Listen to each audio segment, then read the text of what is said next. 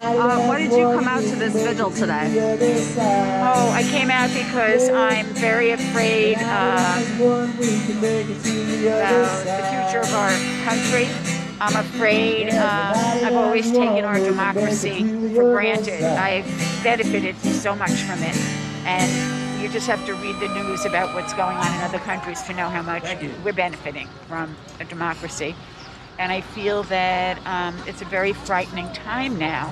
And we're losing our sense of freedom, and well, not quite yet, but I feel freedom is slipping through our fingers. Yeah, I feel our democracy is slipping through our fingers, and I can't just sit and be quiet about it. And I don't know how much it's going to do to stand here and protest and listen to people and make signs. But I have to do something because I really value the freedom that I have had, and I value having lived in a democracy, and I don't want to lose it.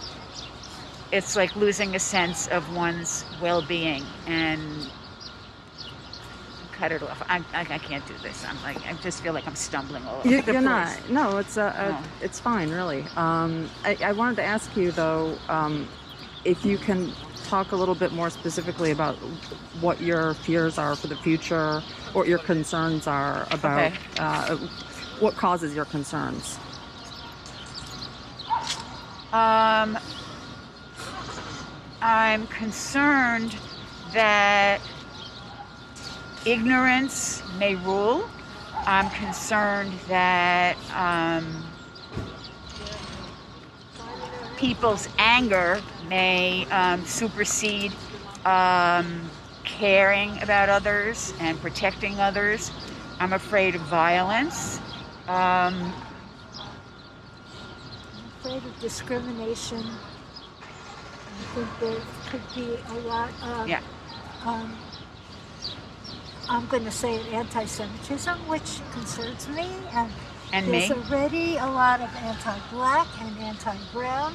And I just think that's going to lead to violence. And anti-gay. And anti-gay and anti-women and anti-a lot of things.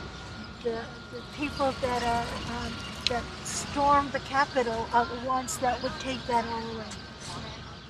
And that's scary. I don't like violence, and that kind of violence is frightening to me. But we don't have that in this country.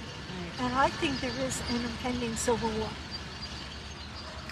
You do? There's a possibility of it. I do. I never thought about it. I never thought it that way before. There is, because it is so divided, and both sides are not bringing it together. Biden is not bringing it together. He can't. It's not possible at this point with what's going on and what people are saying. It's just not.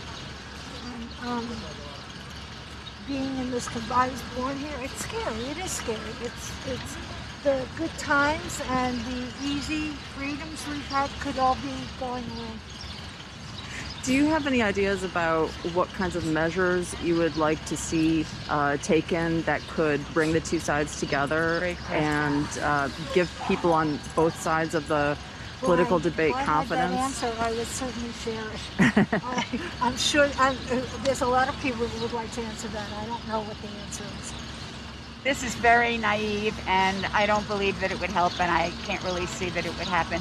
But I often have the fantasy that if I had the opportunity to be teamed up with someone sitting over there and I'm sitting over here, and that's one of the rioters, if we could talk, I mean, this is like so innocent and naive, but I would love that person could sit with me and we could talk and get to know each other a little and work it out. And I think there might be hope, but I think we're just... Nobody's talking to each other, we're talking at each other. The oceans are splitting, we're pulling apart, and I think also there's just so much, I sense so much anger.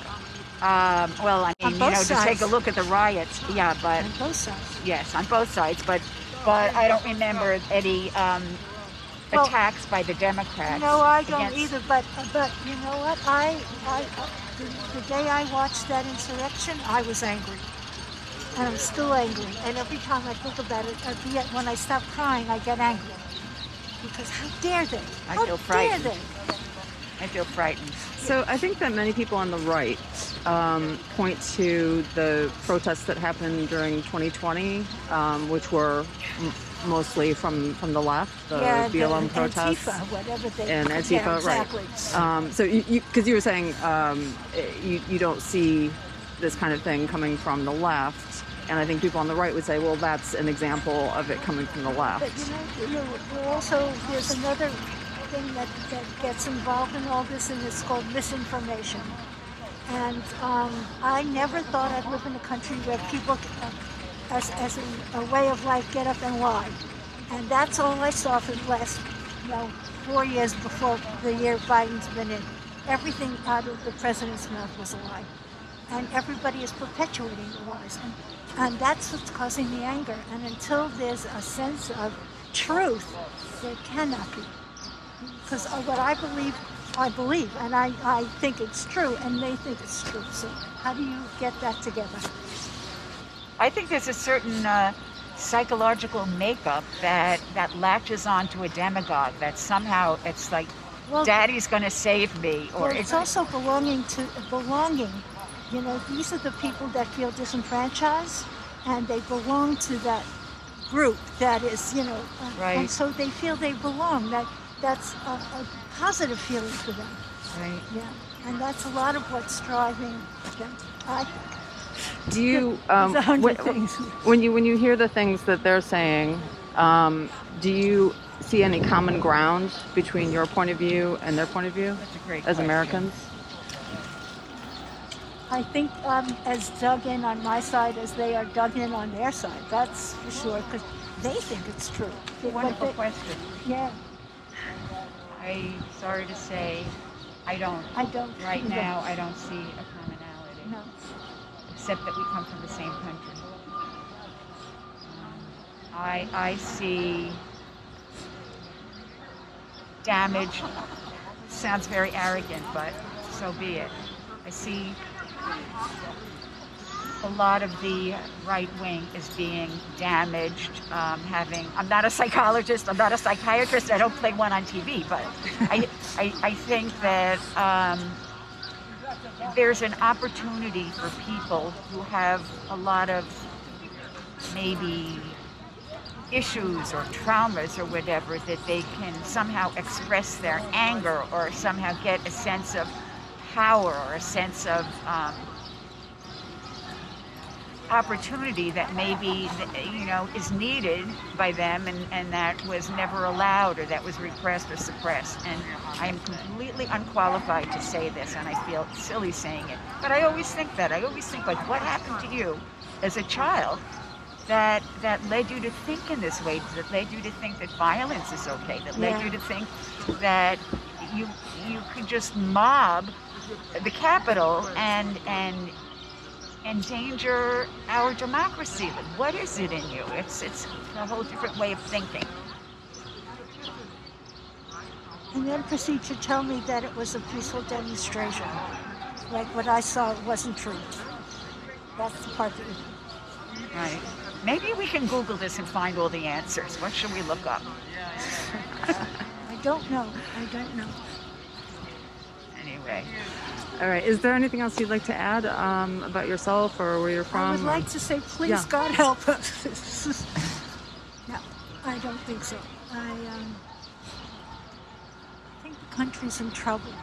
I don't want to keep saying that. I'm usually an optimist, but the last year, not so optimistic. I feel sorry for you for having to interview me, because